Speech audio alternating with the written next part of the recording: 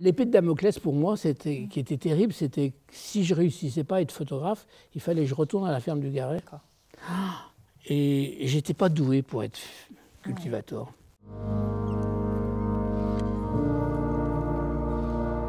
Raymond Depardon, bonjour. Bonjour. Je suis très heureuse de vous retrouver aujourd'hui pour l'une de nos vidéos. Alors Raymond, on ne vous présente plus. Immense photographe, immense réalisateur, primé partout dans le monde. Vous avez commencé comme photoreporter de news et de paparazzi, et de photopaparazzi, je ne sais pas comment on dit. Oui. À l'époque, c'était un peu, on disait qu'on faisait des photos de vedettes. Des photos de vedettes, voilà. C'était plus romantique, voilà. Mais vous couvriez aussi beaucoup, surtout l'actualité. Vous avez aussi couvert les guerres, avant de vous éloigner petit à petit des codes de l'image de presse pour vous intéresser à ce que vous appelez les temps morts. On vous doit une photographie documentaire éminemment personnel où se mêle votre propre histoire, comme pour ce travail que vous avez réalisé dans la ferme du Garret, qui était la ferme de vos parents, ou cette série de films, Profil paysan. Mais si nous sommes là aujourd'hui, c'est pour parler de l'Algérie, puisque vos images réalisées par nous au cours des 60 dernières années sont aujourd'hui exposées à l'Institut du Monde arabe à Paris, en dialogue avec des textes de l'écrivain algérien Kamel Daoud. Elles font aussi l'objet d'un livre, Son œil dans ma main, Algérie 1961-2019. Et je vous propose donc aujourd'hui, Raymond, de regarder quelques-unes de ces photos ensemble. Je les découvre parce qu'on ne vous les a pas montrées à l'avance. Oui, bien sûr. Et là apparaît un jeune homme qui a 18 ans. Oui. C'est vous, on est en juillet 1960. Qu'est-ce que vous pouvez me dire de ce jeune homme ? Je constate que j'ai une cravate et une chemise blanche. Et c'est mon premier voyage, c'est pas mon premier voyage en avion, mais c'est mon premier voyage en Algérie. Donc de Lyon à Alger, on était parti de Lyon. C'était une expédition en 1960, je remplaçais un photographe qui était bloqué au Congo et j'avais 18 ans et je devais photographier. C'était un peu un prétexte d'aller voir la résistance du corps humain sous la chaleur. Donc on était parti, c'est une expédition vers Tindouf. Et donc là, voilà, j'ai 18 ans, j'ai tous mes cheveux, j'arrive de la ferme du Garret, direct, et j'ai une cravate, parce qu'à l'époque on portait une cravate comme ça. Et puis je vais découvrir quelque chose qui va être très important pour moi, l'Afrique. Et l'Algérie aussi, ça a été un bonheur pour moi parce que le climat, la gentillesse des gens, le désert, un certain nombre de choses comme ça que j'avais jamais Quelle imaginé. Image vous aviez de l'Algérie avant de monter à bord ? Plutôt, on était déjà en guerre d'Algérie en 60, donc une mauvaise image. Mon frère, qui avait 4 ans de plus que moi, avait déjà été incorporé. Il faisait encore 3 ans, 2-3 ans de service militaire. Sa fiancée attendait qu'il soit libéré. Toutes les fermes du Beaujolais et de la Bresse, c'est ce qu'on ne se rendait pas compte, les gens étaient très en colère, parce qu'avec cette histoire d'Algérie qui bloquait un peu, à cette époque, l'agriculture française était très classique, il y avait un fils aîné qui reprenait la ferme, et puis voilà, et donc tout ça était bloqué, et ça bouleversait énormément les Français métropolitains, comme on dit. Donc c'était quelque chose qui concernait les Français. Je pense qu'effectivement, en 61, quand il y a eu le référendum pour l'autodétermination de l'Algérie, et ça a été un score énorme parce que les gens voulaient se séparer. Enfin, ils étaient d'accord avec le général de Gaulle, quoi. Et qu'est-ce que vous attendiez de ce voyage ? C'était pas votre premier voyage à l'étranger ? Si, non, c'est pas mon premier voyage à l'étranger. C'était pas à l'étranger, c'était... J'avais été en Suisse, ça va pas loin. Non, mais c'était mon premier voyage comme ça en Afrique. Ça va beaucoup changer pour moi, surtout l'Afrique et puis le désert, la découverte du désert. Quand même. On va en parler. Et puis là, je suis encore pigiste. Et au retour, un mois et demi plus tard, je vais monter en grade et je vais être staff, enfin salarié. Salarié de l'agence. Voilà, donc ça, c'est une promotion pour moi qui était formidable, qui a été importante. Donc je pouvais faire des notes de frais après. Voilà. Mais ça a changé un peu pour moi parce que, effectivement, pigiste, un petit peu, on te donnait les choses que personne ne voulait faire. Et d'être salarié, comme ça me... donner une responsabilité. Je crois que c'est au cours de ce voyage, on va regarder la deuxième image. Oui, bien sûr. Bien sûr. Cette image-là, c'est comment est-ce que l'enfant de la ferme du Garret, l'enfant de Saône-et-Loire, perçoit la société coloniale? Alors ça, c'est très étonnant. D'abord, moi, j'ai découvert comme ça Alger, parce que je ne pouvais pas imaginer, je ne connaissais pas Marseille, mais je ne pouvais pas imaginer qu'il y avait une ville aussi grande que ça, de l'autre côté de la Méditerranée. En plus, bon, plus tard, après, j'ai compris que c'était des bâtiments haussmanniens qu'on trouve boulevard Haussmann, rue de Rivoli. Des rues de Rivoli, il y en avait des kilomètres comme ça, avec des arcades et tout. Et tu te dis, mais c'est Paris, quoi. Et ça, c'est très surprenant. Des cafés exactement pareils, des gens, bon voilà. À part une petite différence quand même que tu regardais un peu, il y avait quand même des autochtones. Ouais. Mais vers les universités, vers la Poste, vers l'hôtel Aletti, tout ça était un peu mélangé. Ça aurait pu effectivement ressembler à une préfecture, une grande préfecture de province, quoi. À part certains petits détails, beaucoup de militaires, des appelés du contingent. Et puis quand même... mais quand même, tout le monde...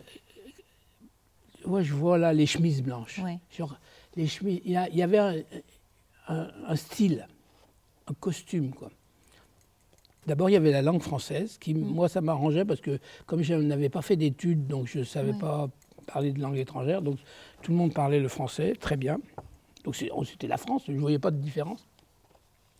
Et puis, il y avait aussi, du fait que j'étais déjà photographe un peu, il y avait l'idée d'aller dans des grands hôtels. Donc j'avais été à l'Aletti, avec une moquette rouge comme ça, avec un concierge, etc. Et puis c'est vrai que l'agence d'Alma, c'était sur les grands boulevards. On pourrait dire que tout ça, ça aurait pu être une photo que j'aurais pu faire sur les grands boulevards, ouais. Quoi. Rue de Richelieu. Et là, avec un détail près, c'est qu'il y avait comme ça des gens qui ciraient les chaussures. Ouais. Qu'est-ce que c'est que cette histoire, quoi. Ça n'existait pas en France, ça n'existait pas. Non. Enfin, en métropole. Il y avait des vendeurs de journaux, mais il y avait plein de choses. Il y avait des chauffeurs de taxi, il y avait des Parisiens un petit peu... Bon, Paris était un petit peu à part, mais il n'y avait pas de cireur de chaussures, il n'y avait pas des jeunes. En plus, c'était des jeunes arabes, enfin des jeunes algérois, quoi. Et que j'aurais bien, ils avaient presque mon âge, quoi. Presque j'aurais voulu leur parler, j'avais pas l'occasion d'en parler. Et il y avait déjà cette... C'est pas un apartheid, mais quelque chose qui était un peu désagréable et qui était surtout faussé, quoi, dès le départ. Donc une société déjà divisée. Oui, bien sûr. On va regarder la photo suivante. Vous parliez du désert.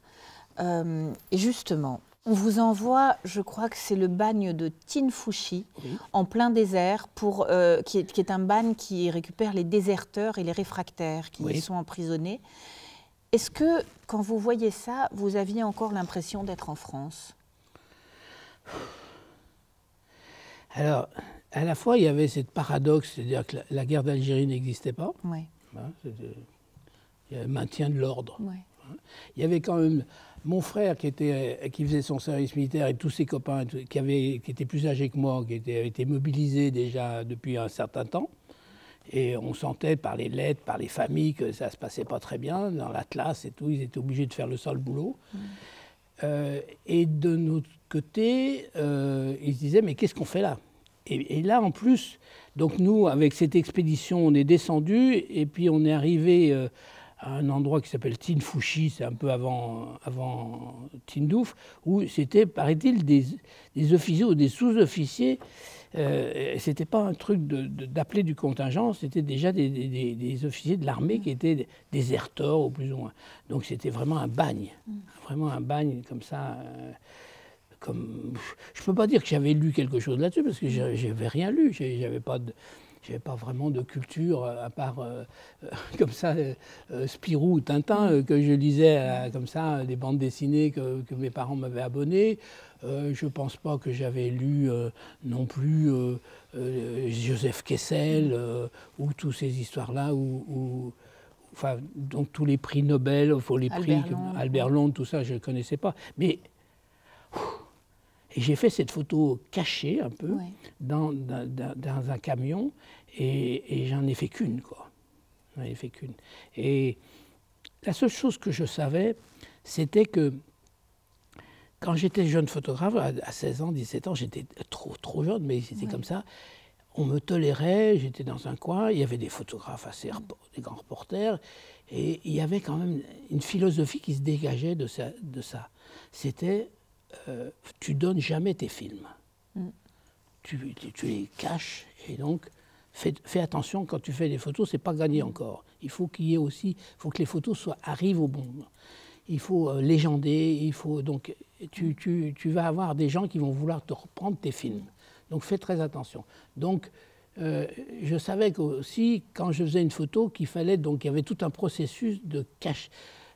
Alors il y avait un truc que j'avais jamais fait, de rembobiner ton film même s'il n'est pas fini, pour pouvoir planquer ton film. Dans tes chaussettes, dans des trucs comme ça. Bon.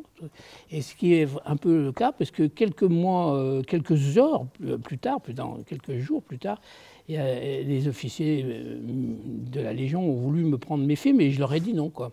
J'aurais dit non, et puis j'étais jeune, j'avais 18 ans, donc je me suis mis à pleurer et je me suis dit, je ne pourrais plus jamais retourner dans la salle d'Almas, et donc je me suis dit non, je les ai donnés, je les ai déjà fait suivre à Paris, je les ai donnés à des infirmiers, enfin, voilà, j'ai menti honteusement. Quand on est jeune, on sait très bien mentir. C'est plus dur après. Oui, c'est plus dur après. Non, mais c'était effectivement cette photo, j'aime beaucoup, et à la fois, elle va me forger quelque chose qui fait que je vais avoir envie de la recommencer, de la refaire. Sous d'autres aspects, bien sûr, avec des guérillas, mais quelque part, cet accident, ces accidents que j'ai photographiés là, pendant cette période en 60 dans le désert de l'Algérie, du Sahara, vont me... L'apport peut-être de mourir dans le désert, l'apport de mourir de soif, l'apport d'être, je sais pas, bagnard un peu comme ça, de casser des cailloux comme ça sur une route parce que c'était connu. Hein. Il y en avait aussi en Tunisie, il y avait en Algérie, il y avait beaucoup d'espèces de bagnes comme ça. Voilà. Et ils vont me forger à la fois une attirance et une peur. C'est-à-dire une attirance de refaire encore des photos. Qui touche à l'interdit, en fait. L'interdit, oui. Ouais. Et puis, d'en avoir un peu peur. Et au fond, ça, quelque part, inconsciemment, sans vouloir dire je suis un artiste, bien au contraire, parce que je ne pouvais pas penser ça si jeune, mais quelque part, je me fabriquais quelque chose qui a, avec l'auteur que je suis, que tout photographe est, et d'un point de vue. Parce que moi, quand j'ai fondé l'agence Gamma, j'ai beaucoup souffert plus tard, parce que j'ai demandé aux photographes, alors qu'est-ce que tu en as pensé? Il me dit, je ne sais pas. Et j'en avais marre des photographes qui n'avaient pas d'opinion. Ouais. Et ça, c'est un peu classique souvent comme ça, des photographes n'ont pas d'opinion. Et donc là, moi, quelque part, à la fois cette attirance et cette peur, comme ça, d'être aussi confronté à casser des cailloux un jour parce que j'aurais fait une action pas très honnête, me donnait un peu des limites de ma vie. Et au fond, et une attirance aussi pour le terrain nu, comme ça, dénudé. Moi, je sais que j'aime bien que les décors de mes photos ne soient pas trop chargés, pour dégager, comme on dit avec Claudine, dégager l'écoute. Claudine Nogaret, votre épouse, et avec laquelle vous travaillez, vous faites vos Et films. quand on tourne un film aussi, quelque part, au palais de justice, ou dans un commissariat, ou dans les urgences, etc., le fond peut jouer. Le fond, pour qu'on n'entende qu'une seule chose, c'est la douleur des gens. Et pour qu'il n'y ait pas de... Ce soit pas trop... voilà. Quand on est photographe, on a un peu tendance à... donc pour moi, c'est toujours très important, quand je fais une image, que la personne importante soit dégagée dans l'image, par le ciel, par la contre-plongée. Bien sûr, c'est les photos soviétiques, bien sûr, et les photos allemandes aussi, bien sûr, parce qu'elles sont au service, malheureusement, quelquefois des causes qui ne sont pas toujours de propagande. Mais néanmoins, je fais très attention. Et je sais qu'une bonne photo aujourd'hui, c'est une photo qui se lit très vite. Elle n'est pas compliquée. Il faut que les gens puissent, n'importe qui puisse la reconnaître tout de suite. Quand vous arrivez dans le désert pour la première fois, avant le bagne, bien sûr. Quel souvenir vous gardez de, cette découverte, de la découverte de cette immensité qui va après marquer une grande partie de votre travail? Un bonheur. Un bonheur. Ah oui, c'est fou, parce que j'avais comme les autres, j'avais soif, le soleil tapait, j'avais plus ou moins, j'étais habillé un peu plutôt comme un colon que comme un saharien. J'avais un chapeau, je ne sais plus quoi, parce que je n'étais pas du tout... Après, plus tard, j'ai vu que quand tu vas dans le désert, il vaut mieux être drapé que cousu, parce que les gens là-bas, ils sont tous en drapé, parce que c'est plus agréable, voilà, pour un homme. Et puis c'est la culture même du désert. Et donc, mais j'étais très heureux. L'air sec m'allait très bien. Il y avait cette attirance photographique, bien sûr, mais il y avait aussi une attirance aussi pour les populations qui étaient là. Moi, on avait croisé quand même déjà un peu des Rguibat. C'était un endroit où il y a beaucoup de Rguibat qui étaient sur plusieurs frontières. D'ailleurs, ils sont... Qu'est-ce que c'est les Rguibat? Les Rguibat, c'est une des grandes tribus. C'est une grande tribu. Je ne sais pas s'ils descendent des Peuls, pas forcément. Ils descendent un peu, ils couvrent tout le... c'est comme des morts. C'est des morts. Je pense qu'ils descendent des morts. Leur apparence, c'est des morts. Ils sont très minces. Ils sont assez proches des Toubous que j'ai connus plus tard au Tchad. Ils sont là depuis très très longtemps. Ils ont des attaches très fines. Les hommes sont très beaux, très minces, très affilés. Les filles ressemblent un peu aux Peuls Bororo, comme ça. Voilà. Et déjà, c'est une société qui est déjà un petit peu pas trop matriarcat. Bon, pas trop, parce que c'est difficile de ne pas l'être. Mais c'est une société où la femme joue un rôle important, surtout dans les campements. Et c'est des grands marcheurs, c'est des très très grands sahariens. C'est des gens que j'ai une admiration incroyable pour eux, parce que ils sont pas trop francophones, un petit peu, ils parlent, mais ils sont sur le Maroc, le Rio de Janeiro, ils sont un peu sur la Mauritanie, bien sûr, et ils sont sur l'Algérie. Voilà. On va passer à une autre photo, une autre tension, en fait. Oui. C'est dans Alger, en 1961.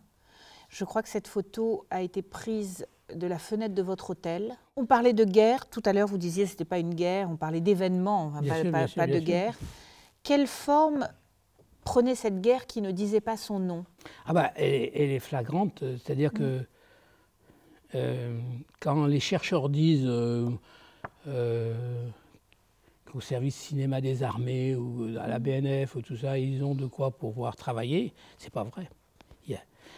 Cette séquence, c'est pas une anecdote, c'est une séquence.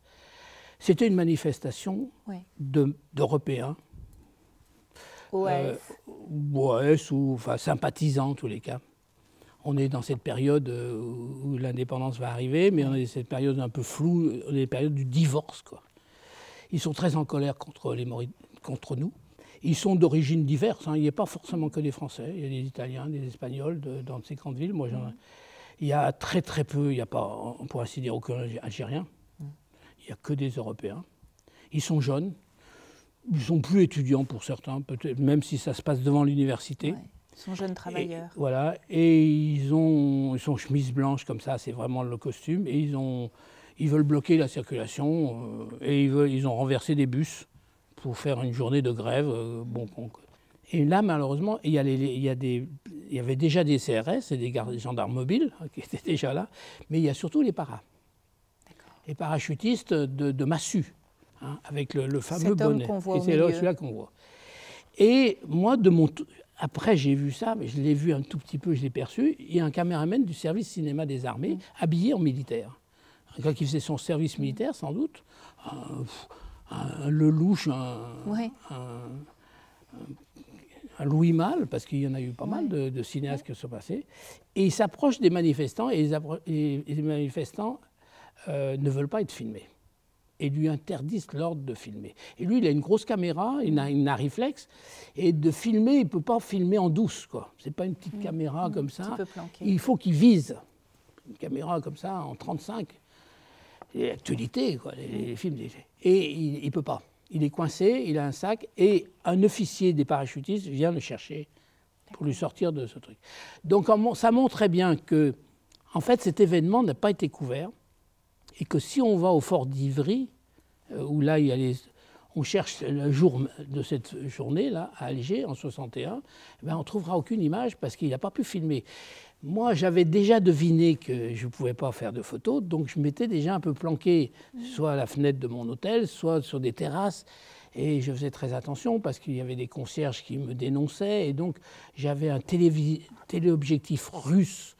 J'avais été en Russie quelques mois auparavant, et je faisais toutes ces photos au téléobjectif russe, un 550, que j'expose d'ailleurs à l'Institut du monde arabe, et avec un Pentax, et je faisais ces photos cachées, quoi, dissimulées, parce que je ne pouvais rien faire. J'avais un autre appareil, un Leica, je n'aurais rien fait, aucune photo. Même comme ça, clandestinement, parce qu'on me voyait, et puis ils avaient une méthode très violente de casser l'appareil. Ils prenaient l'appareil avec la lanière, et à coin d'un mur, comme ça, ils cassaient ton appareil. Ça m'est arrivé, et c'était vrai. C'est pour ça qu'un peu tous les photographes qui étaient plus grands, mes aînés, ne voulaient plus venir en Algérie à cette époque. Donc moi, j'ai cette photo, elle n'est pas extraordinaire, mais ça montre bien que, en fait, un événement comme ça, il y avait peut-être que le journal d'Alger avait fait quelques photos comme ça, parce qu'il les faisait de loin. Tout le monde travaillait depuis des balcons à cette époque. C'était incroyable. Et les grands photographes ne voulaient pas y aller, mais vous, qu'est-ce qui vous pousse à y retourner ? Moi, j'étais salarié, j'étais tout jeune, j'avais 19 ans, on m'a dit « Raymond, tu pars en Algérie ». En plus, je me souviens même qu'il fallait un visa. Enfin, un visa, il fallait aller au ministère de l'Intérieur chercher un tampon. Une autorisation. Donc moi, je veux être photographe, je suis prêt à tout, il faut le dire. Et j'ai envie de plaire à mon rédacteur en chef, forcément, et j'ai envie d'avoir au moins quelques images. Mais aussi, il n'y a aucun magazine. L'Express est très petit, je crois que le Nouvel Observateur n'existe pas. Il y a un journal qui s'appelle Candide, qui vient de sortir. Il n'y a pas Le Point. Il y a François, bien sûr, mais ça n'intéressait pas non plus tous les jours la métropole, Paris. Et les journaux d'Alger, ils avaient leurs photographes, comme ça, un petit peu. Et puis, il n'y avait pas ce qu'on a aujourd'hui, la télévision continue. Il y avait très peu d'informations. Hein. C'était une chape de plomb sur l'Algérie à cette époque. Et comment vous composiez avec la peur ? Je sais que j'ai été malheureux parce que je me disais, moi, il faut que je me... Parce que l'épée de Damoclès, pour moi, qui était terrible, c'était que si je ne réussissais pas à être photographe, il fallait que je retourne à la ferme du Garret. Et je n'étais pas doué pour être cultivateur. Mes parents l'avaient sans doute vu avant moi, et ils ne me le reprochaient pas d'ailleurs du tout, mais je n'étais pas doué pour m'occuper des animaux, voilà, je n'avais pas la fibre, et je ne sais pas qu'est-ce que je serais devenu. Peut-être que j'aurais été, je ne sais pas, ouvrir une boutique à Villefranche-sur-Saône, j'aurais fait des mariages, je ne sais pas qu'est-ce que je serais devenu. Donc ça aurait pour moi été un échec, et donc il fallait... Et pourtant, je peux dire que je n'étais pas très heureux. En plus, autant à Paris, quand je faisais des photos sur les Champs-Élysées, je me rappelle d'avoir fait la première d'À bout de souffle, donc c'était un peu avant, puisque du temps avec Belmondo, et à l'Élysée Matignon, il y avait plein de photographes à cette époque. Mais là, il n'y avait rien, aucun photographe. J'étais tout seul. Je cherchais des confrères pour pouvoir se rassurer. Voilà, il n'y avait personne. Donc il fallait que je domine ma peur, et il fallait que je passe au-dessus de ma peur. On va passer 22 ans plus tard. Vous retournez en Algérie, on est en 1984, et c'est en bateau que vous arrivez par la baie d'Alger. Qu'est-ce qui a fondamentalement changé dans l'Algérie du début des années 80 par rapport à celle que vous avez connue en 1961 ? D'abord, pour moi, c'est un bonheur total d'aller en Alger. Ce front de mer blanc, là, magnifique, avec cette 4L et tout, parce que c'est formidable. Bon. Moi, je sais que je descendais dans des petits hôtels, je n'allais pas à la laitier, dans des petits hôtels qui étaient le long du port, là, comme ça, magnifiques. La lumière, quel bonheur, cette lumière. Le climat, la gentillesse des gens. Donc, pour moi, ça a été... Je me souviens que même entre-temps, et j'ai sans doute pas de photos de ça, en 70, je me souviens que, je ne sais plus où j'étais à l'agence Gamma, bien sûr, il y avait Havas, l'agence Havas, l'agence officielle Havas, avait le budget pour le tourisme en Algérie. Et je suis parti avec une méhari en Algérie faire de la publicité pour aller en vacances. Il y avait, je pense que je ne sais plus quel régime c'était, peut-être boumedienne encore déjà. Ou déjà, en tous les cas, on avait été jusqu'à Tamanrasset et j'avais fait plein de photos pour que les gens viennent en l'hiver surtout. Donc ça voulait dire que dans les années 70, tout était possible encore. Donc en 84, c'était déjà plus difficile. Mais pourquoi c'était plus difficile en 84 ? Ça avait été l'échec justement, qu'il n'y avait pas beaucoup de monde qui venait, quoi. Les gens préféraient aller au Maroc ou en Tunisie. Mais néanmoins, c'est vrai que quand j'ai rencontré Claudine, par exemple, je lui ai dit, tiens, viens, on va aller dans le désert. Et on est parti, on est passé par Alger, là, et on est parti avec une voiture qu'on m'avait prêtée. On est descendu jusqu'en Mauritanie, jusqu'au Mali, et puis surtout, on est revenu par cette route-là. Et on est c'était comme ça. C'est une merveille. Quand tu arrives du désert et que tu découvres Alger comme ça, il faut un 4x4, il ne faut pas une 4L, il faut vraiment une 4x4. C'est une merveille parce que tout le monde est gentil avec toi. Ouais. En fait, il n'y a pas beaucoup de touristes, quoi.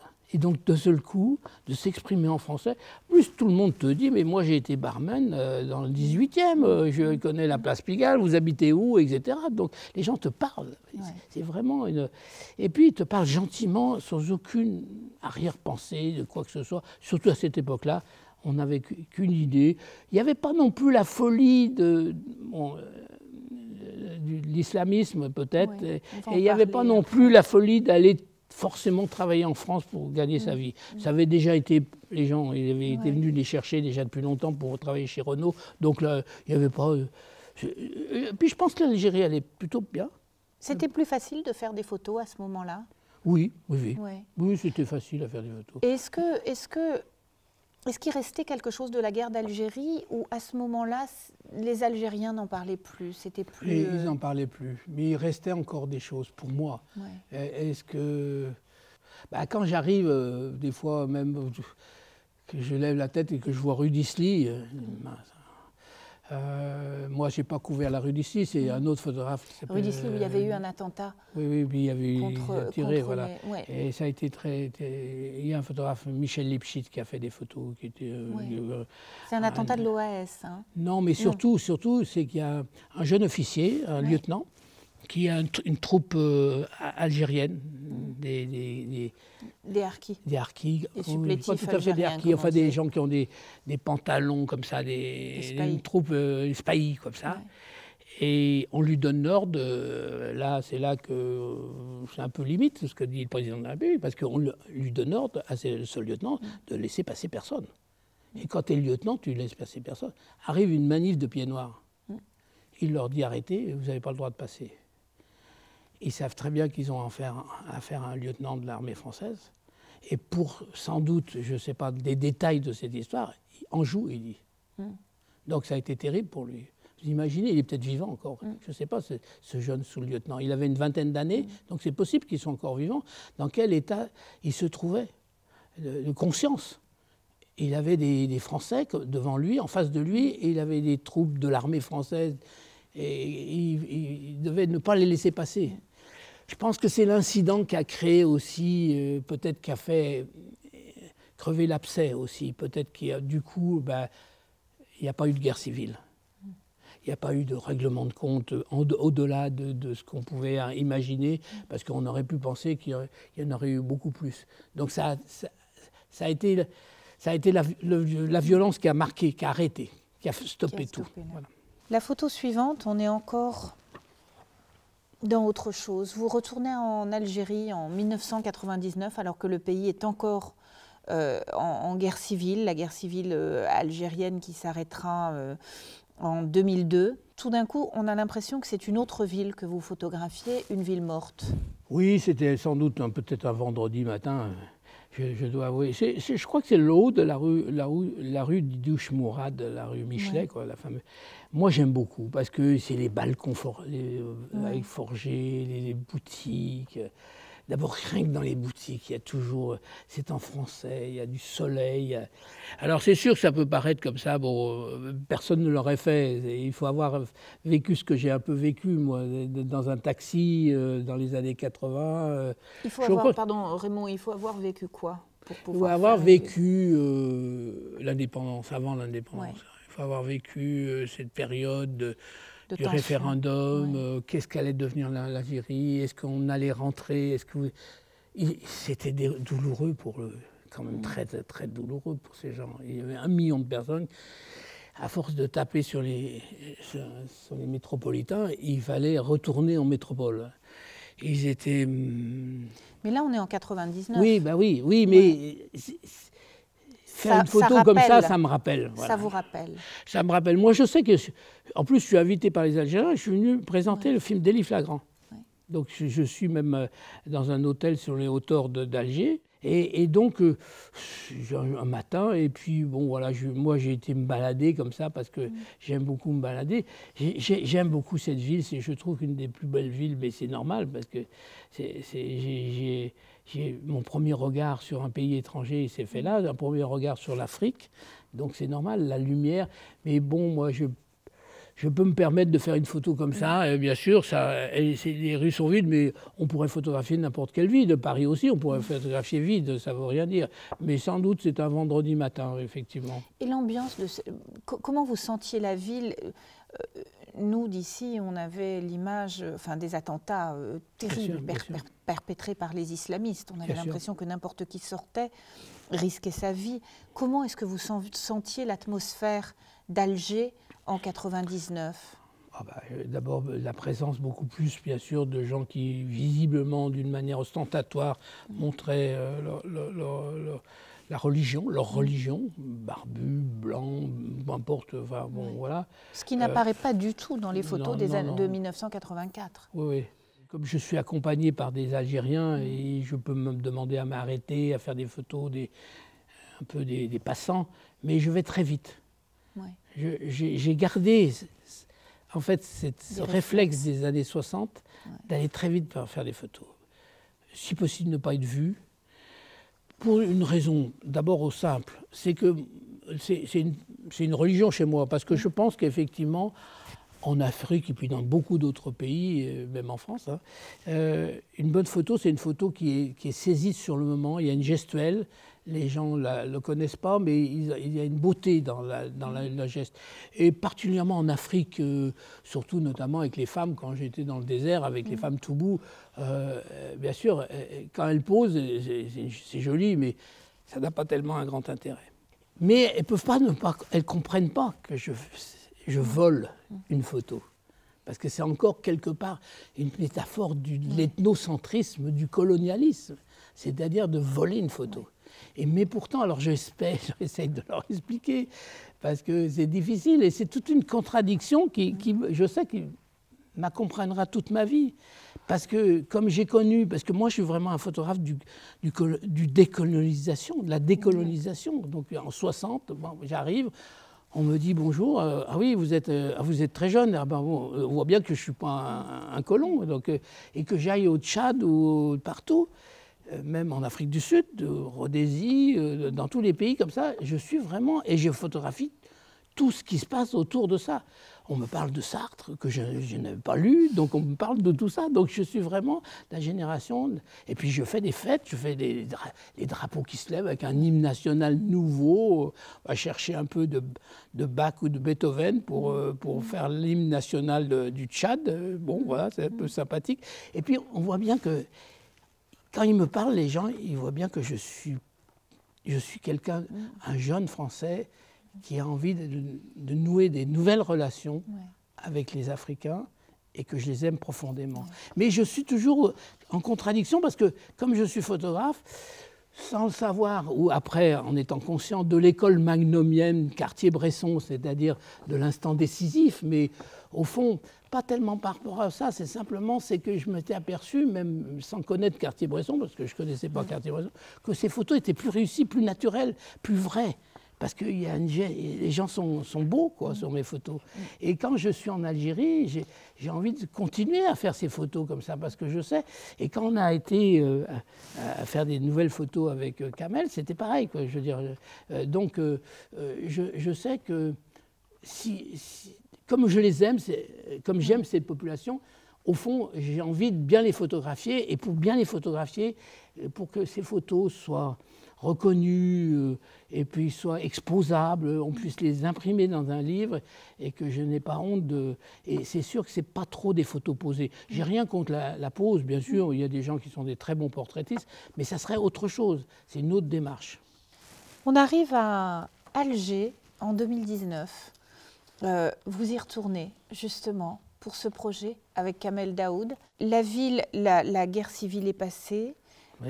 Mais en même temps, le Hirak, les manifestations ne sont pas loin. Elles vont pas tarder à arriver. Comment est-ce que vous sentez la ville? Comment est-ce que vous sentez les populations? Un peu malheureuse. Oui, ça se sent. Malheureuse parce que... Et puis encore, je vois bien, il y a une ou deux manifestations qui est passée devant moi et je me suis dit, fais attention, fais attention. Il y a sans doute des policiers en civil là derrière qui sont prêts à t'arrêter parce qu'ils vont voir que tu es un occidental dans ta gestuelle, dans ta façon d'être habillé. Donc fais attention. Mais bon, c'est malheureux et j'ai été triste un peu parce qu'ils ont tellement souffert, ils mériteraient quand même d'avoir un petit peu... qu'on fasse la fête, quoi, et puis qu'ils bénéficient du travail, surtout la jeunesse. C'est impressionnant parce que là, ils ont 18 ans, 20 ans, ils sont dans les rues d'Alger, aux mêmes endroits que j'ai connus, ils sont près de l'université, et voilà, et les jeunes filles sont avec eux, certaines sont voilées, d'autres pas voilées, mais peu importe, on s'en fout. Il y a des terrasses de café, il y a énormément de choses. Et dès que tu dis pardon, on dit pardon, excusez-moi, on est quand même on a une culture commune, donc tout ça fait que je suis triste, oui, que je vais très vite pour faire des photos, on marche avec Claudine, en marchant comme ça. On avait peut-être qu'on a pris une théorie qui est... Je savais que faire des photos en Orient, c'est pas facile, jamais. Il n'y a pas que l'Algérie, hein, il y a l'Égypte, il y a de partout le Maroc. Mais je sais aussi que j'ai une chance de faire une photo, la première. Prix de court, il faut être bon. Hein, parce ça doit être la bonne. Oui. La bonne. Et pour ça, il faut aller très vite. Et puis à la deuxième, là, ils vous ont vu. Et ils disent non. Ou alors ils posent. Femme ou homme, peu importe. Et à la fois, ça ne me suffisait pas, ça ne me satisfaisait pas. Et donc avec Claudine, peut-être que le fait qu'on vient tous les deux de province, on s'est dit, on va faire une théorie, comme on est en province, on dit bonjour aux gens. Contrairement à la ville, comme ça. Et en avançant, on leur disait bonjour. Et alors, c'était formidable. Et surtout, ils répondaient à Claudine. Ils répondaient « Ah, bonjour, vous êtes des nostalgiques ?» Sous-entendu... Des pieds noirs. Hein? Non, on est des visiteurs. « Ah, bah alors, soyez les bienvenus. » C'était formidable. Une tierce de seconde, comme ça, j'ai fait une photo comme ça. Magnifique. Parce que c'était dans cette parole comme ça, vous soyez les bienvenus. Et alors au début, à Oran, on a fait la même chose. Et puis Oran, au début, Kamel nous a dit, mais vous les connaissez? Parce qu'on leur disait bonjour. Non, on ne les connaît pas. C'était un peu pour essayer de rentrer en contact avec eux. Parce que lui, il avait peur pour nous, parce qu'il s'est dit, oh là là, des Blancs qui vont faire des photos, ça ne va pas être facile. Mais moi, j'allais vite. Bon, c'est vrai que peut-être que entre les années 60 et aujourd'hui, Il se trouve, peut-être, j'ai été attiré par une photographie anglo-saxonne, qui ne m'intéressait pas trop, mais surtout américaine, qui ont toujours un petit peu vanté la photo de rue comme étant une photo d'un espace public et qui avait une signification. Si l'espace public est libre et bien accueillant, ça veut dire que la société est c'est très important, l'espace public chez les anglo-saxons, plus que chez nous, quoi, bien sûr. Donc les États-Unis, comme ça. En plus, les anglo-saxons, souvent, les Japonais aussi, mais il n'y a pas de problème pour faire des photos. Vous êtes libre, c'est ouvert. On n'a rien à cacher, rien à dissimuler. Ce qui n'est pas le cas. Donc l'espace public est important. Et là, l'espace public, il appartient à qui? Aux hommes? Malheureusement, beaucoup aux hommes, oui. Beaucoup aux hommes. Un peu aux femmes quand même, parce que quand même il y a pas mal de femmes aussi, et puis il y a des échanges, puis ils se parlent, ils se connaissent, c'est de la famille, etc. Mais c'est vrai que bon, le balcon est incroyable, il y a les commerces, etc. Il y a l'air conditionné, Bon, je sais maintenant parce que j'ai une amie qui travaille à Magnum, et on lui a donné un appartement neuf, donc il retape ses appartements. Parce que ça a été un peu le même problème que la rue d'Aubagne à Marseille, ça commençait à s'écrouler là. Il fallait faire attention. Donc il y a un grand plan algérien du gouvernement algérien pour entretenir ces trucs. Parce qu'il y a des trucs, c'est des merveilles. C'est la rue Rivoli, quoi, les grands boulevards. Donc il faut vraiment entretenir les fondations, peut-être après ravaler pour plus tard, mais en tous les cas, faire que tous ces immeubles, même si ça a été construit par une génération de bâtisseurs incroyables. On va passer à la photo suivante. On parlait des femmes, justement, on disait que la rue appartient essentiellement aux hommes. Quelle différence entre ces femmes-là et celles de 1960, de 1961, qu'on voit aussi, qu'on voit beaucoup dans vos photos, dans vos photos de ces années-là, qu'elles soient les musulmanes d'un côté, parfois toutes voilées, parfois pas, les européennes... Quelle différence avec ces femmes qui ont quand même traversé aussi une guerre civile qui leur a été pour beaucoup fatale, ou en tout cas on a essayé de les... C'est vrai que c'est souvent les premières victimes, soit de la colonisation, soit des extrémistes, hein, les femmes, notamment, même si en ville, a priori. Moi, j'ai quand même, dans cette démarche, j'ai quand même photographié beaucoup de scènes, parce que quand Kamel dit l'Algérie n'a pas d'image, je me suis dit il faut vraiment que je m'y attache vraiment. Donc en marchant, j'ai fait plein de photos comme ça, des copines qui sortent ensemble. Et certaines vous sourient. Oui, sourient, des mamans qui achètent un vêtement pour leur fille, et des amoureux, tout ça, un petit geste comme ça, sur une épaule comme ça, voilé ou pas voilé, peu importe. Donc je me suis efforcé de montrer à ma façon, même si l'Algérie, contrairement à peut-être d'autres pays voisins, n'est pas très exotique, est un peu sombre, c'est des tissus, les rues sont à l'ombre, c'est peut-être moins pittoresque que certaines grandes villes comme ça de pays voisins où c'est moins peinture, mais néanmoins, il y a une vie très forte, quoi. Tout le monde se connaît, se parle, etc. La rue est fantastique. Donc la femme, oui. Alors, il y a une photo que j'ai faite dans le lit, que j'avais faite en 61, d'une femme européenne et une femme algérienne qui attendent l'autobus.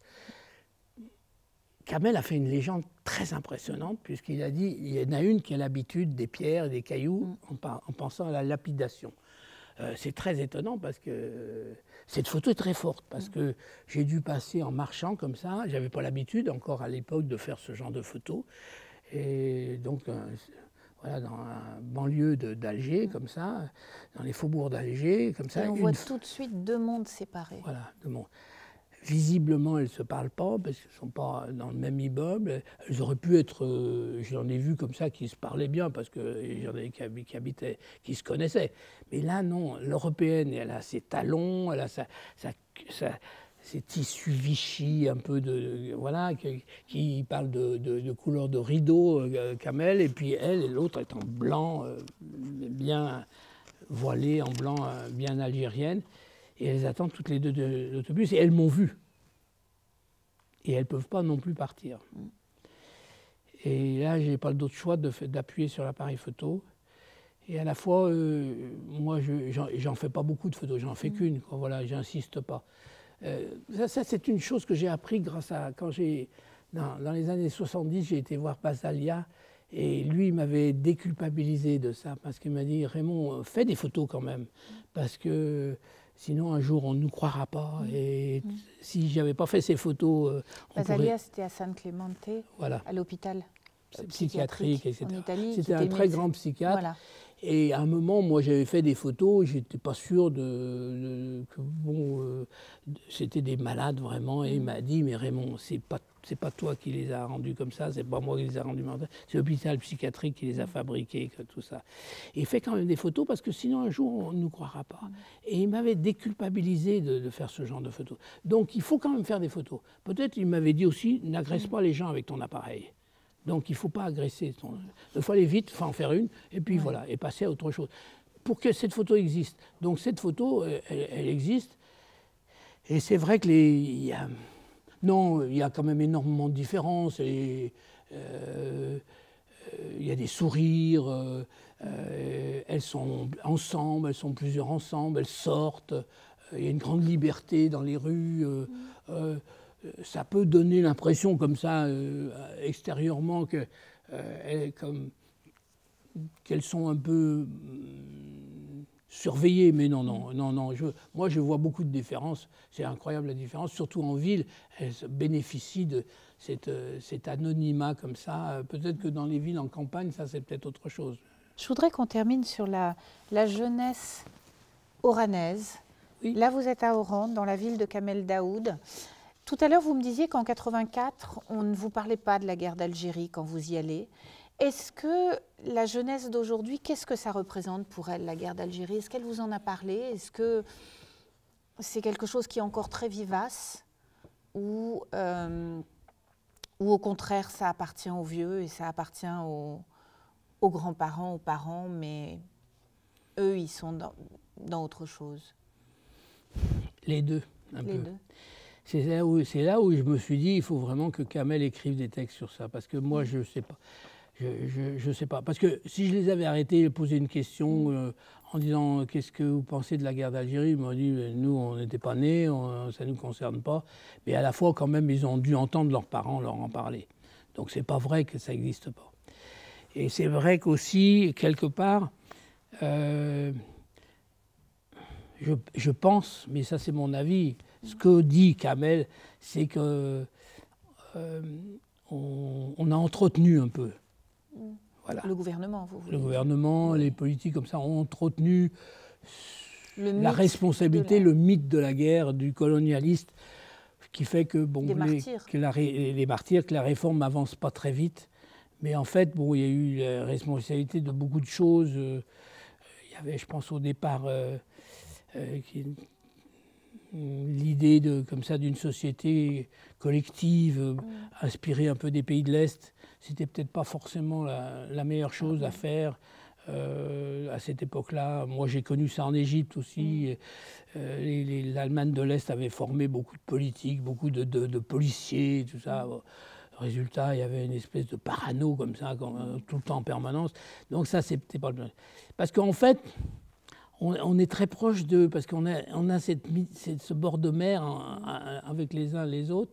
Donc rien que de se promener sur un front de mer comme ça, ouais. Eh ben ça c'est personne, aucune dictature peut empêcher les gens, parce qu'il faut bien que les jeunes et les garçons et les filles, parce que c'est le moyen de se croiser, de se connaître, de regarder un petit peu. Moi je sais que ça a toujours été comme ça, même à Villefranche-sur-Saône, la rue nationale. Tu sors avec un copain ou deux, ouais. Et puis tu vois une fille avec sa copine, et puis voilà, et c'est comme ça que se crée la vie. Ouais. Forcément, il y a un film comme ça, allemand, des années 30, qui s'appelle Les Hommes le dimanche, qui est une merveille.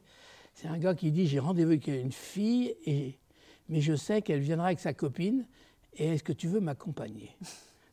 En fait, ce scénario, il n'a pas bougé depuis la nuit des temps. Donc j'imagine à Alger, à Oran, ces deux garçons, eh ben, ils avaient rendez-vous avec les deux filles, mais il y en a une troisième qui est venue. Donc voilà, c'est comme ça qu'un petit peu on se connaît, on se parle, et puis ça se fait d'une manière naturelle. Et puis c'est ça qui est formidable, moi, je trouve. Voilà. Alors là, ils sont joyeux, ils sont contents, ils sont bien habillés, et visiblement, voilà, ils ont fait des études. Les vêtements sont importants, bien sûr, parce que, mais ça aussi, en France aussi, hein, on défait, on refait, on découd, on recoud, quoi. Bien sûr, mais ils sont souriants. Et puis, ils ont une magnifique ville derrière, une promenade incroyable. On voit la ville derrière, et dans le très joli film qu'a réalisé Claudine Nougaret pour l'exposition, dans lequel elle filme un dialogue, un très joli dialogue entre Kamel Daoud et vous. Kamel Daoud dit qu'on a perdu le sens du beau en Algérie. Est-ce que vous avez eu ce sentiment, vous aussi, au fil des années, hein, jusqu'à aujourd'hui? Est-ce que vous avez eu ce sentiment, vous, en faisant ce travail en 2019? Oui, un peu. Mais alors là, par contre, les femmes, c'est elles qui les ramènent le beau. Ouais. C'est elles qui ramènent un peu le beau. Parce que même voilée, bon, peu importe, je sens bien qu'il y a des choses très... Il y a une beauté, quoi. Il y a une gestuelle comme ça. Il y a un sourire, il y a une beauté, il y a un visage derrière. Et puis les jeunes, la jeunesse, c'est la jeunesse qui est encore accompagnant, qui est encore l'avenir de l'Algérie, quoi. Bien sûr, parce que le beau est là, avec eux. Et dans ce film, pour finir, ce sera ma dernière question, dans ce film, vous dites à Kamel Daoud que, en fait, ces photos doivent revenir aux Algériens. Oui, pourquoi celle-là? Pourquoi? Parce que c'est leur histoire, en fait. C'est plus leur histoire que la nôtre, quoi, au fond.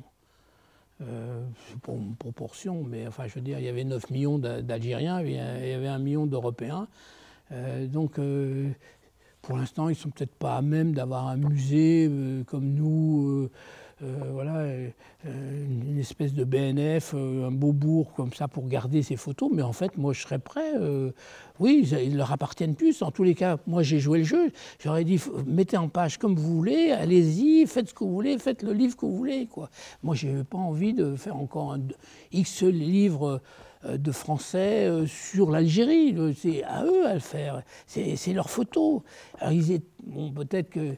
Mais moi, j'avais 19 ans, je me suis mis à leur service, dans un certain sens, pour qu'ils commencent l'histoire, l'histoire commence bien avant, bien sûr, mais en fait, qu'ils aient... Oui, ces photos devraient leur revenir, en tous les cas, elles devraient appartenir à l'Algérie et aux Algériens. Et en tous les cas, je souhaite, et je ne suis pas désespéré, pouvoir les exposer là-bas. Alors, pour ceux qui ne pourraient pas voir l'exposition de l'Institut du Monde arabe qui se tient jusqu'au 17 juillet.